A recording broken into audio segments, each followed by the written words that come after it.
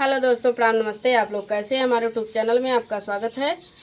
और दो चैनल है हमारे। एक चैनल का नाम है ज्ञानती देवी लोकगीत और दूसरा चैनल है निशा जी ब्लॉग। दोनों चैनल पे जाइए, ढेर सारा प्यार दुलार दीजिए दोस्तों।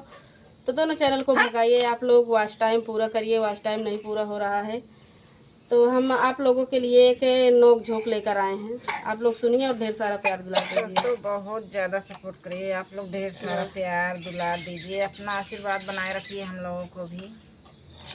हमारी झूलनिया में तीन पाती, कवन झगड़ा लगवई बतार काटी। कवन झगड़ा लगवई बतार काटी। हमारे झूलनिया में तीन पाती, कवन झगड़ा लगवई बतार काटी। कवन झगड़ा लगवई बतार काटी। झगड़ा लगावई हो, झगड़ा लगावई हो, झगड़ा लगावई। कवन झगड़ा लगावई बतार काटी। कवन झगड़ा लगावई बतार काटी। सोने की थाली में जवना बनाए, जवना बनाए हो, जवना बनाए। सोने की थाली में जवना बनाए, जवना बनाए हो, जवना बनाए। जवना ना जेवई बालम पापी, कवन झगड़ा लगावई बतार काटी। कवन झगड़ा लगावई बतार काटी। हमारे झूलनिया में तीन पाती, कवन झगड़ा लगावई बतार काटी।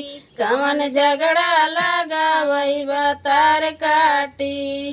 झगड़ा लगावई हो, झगड़ा लगावई हो, झगड़ा लगावई। कवन झगड़ा लगावई बतार काटी। कवन झगड़ा लगावई बतार काटी। गंगा जमुनवा से जल भरी लाए, जल भरी लाए हो, जल भरी लाए।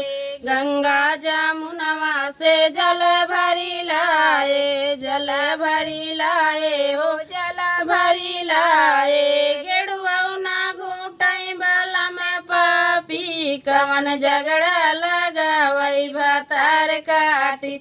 कवन झगड़ा लगावई बतार काटी।